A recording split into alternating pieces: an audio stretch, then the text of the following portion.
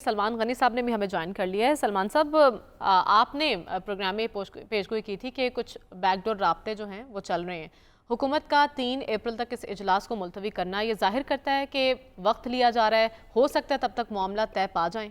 देखें, नंबर एक तो मैंने पेशगोई नहीं की थी, आपने मुझे सवाल किया था तो मैंने आपको बताया था कि जब इस तरह की सूरत तारी हो तो हम बतौर तजिया कार इस्लामाबाद की सूरत को देखते हैं कि इस सारी सूरत जब एक डेडलॉक तारी है तो उसमें कैसे इससे आगे निकला जाएगा।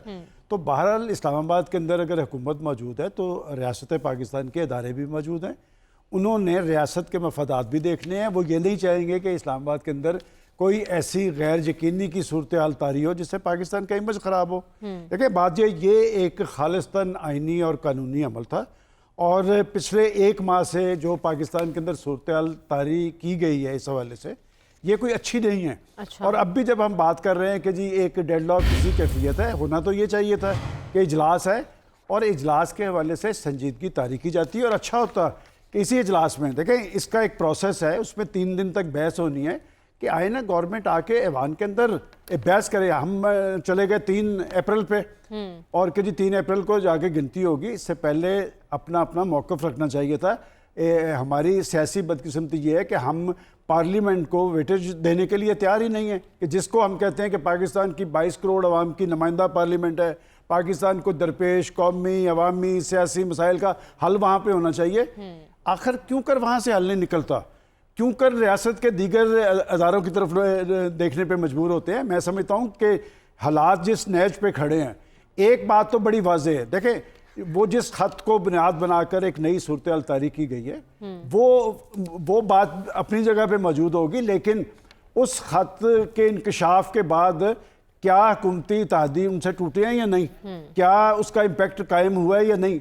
कतई नज़र इस बात के जो चीज़ ऐवान के अंदर होनी चाहिए थी, अब 3 तारीख को क्या यकीन है जिस तरह की सूरत हाल तारी हो रही है उसमें तो डिलेइंग टैक्टिक्स बढ़ते जा रहे हैं, कोर्ट से रिजू किया जा रहा है। भाई आखिर आप खुद पार्लियामेंटेरियंस हैं और बड़े बड़े वो लोग वहाँ पर मौजूद हैं जो 6-6, 7-7, 8-8 दफ़ा इस पार्लियामेंट के मेंबर रहे हैं। आपके दरमियान कोई ऐसे बंदे नहीं हैं जो बैठ के कोई इसका हल तलाश कर सके, और जब आप हल खुद नहीं तलाश कर पाएंगे और ये मामला किसी और के सुपुर्द होगा तो फिर फैसला वो करेंगे।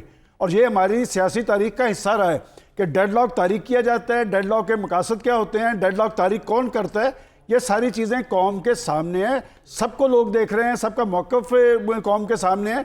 जब हम डेमोक्रेसी की बात करते हैं कि जी पाकिस्तान के अंदर ये जमहूरियत की बुनियाद पर बनने वाला मुल्क है, जमहूरियत की बुनियाद पर कायम रहना है, तो फिर आप जमहूरी तर्ज अमल क्यों नहीं इख्तियार करते। एक दूसरे को चोर और डाकू की गर्दान, ये 3.5 साल से क्या हो रहा है पाकिस्तान के अंदर। एक बड़े मकसद के तहत आप बरसे इक़्तिदार आए थे, आप अपनी हुकूमती कारकर्दगी पे तवज्जो देते। अभी ये 10 दिन पहले की बात है, ये जो अपोजिशन को मुतहद करने का और अदम एतमाद का, अगर मेरे से पूछेंगे ये क्रेडिट किसका है तो ये जनाब प्राइम मिनिस्टर का है। अच्छा। चूँकि उन्होंने ये देखे ना, यहाँ तक वो लेके आए, फिर यहाँ पर कहा गया मैं प्राइम मिनिस्टर के, मैं 10 मिनिस्टर्स के नाम ले सकता हूँ कि ये अदम एतमाद पेश ही नहीं कर सकते। भाई आखिर अदम एतमाद आईनी और कानूनी एक अमल का नाम है। कोई हुकूमत अगर अपोजिशन की रिजर्वेशन है तो उसका हक है, तो इसको लेकिन इतना बड़ा तूफान ये बना कहते के भी पेश दिखाई किया। दिए कि मैं तो दुआ कर रहा था कि ये अदम एतमाद लेकर आए, उस वक्त तक इस खत का कहीं कोई जिक्र नहीं था।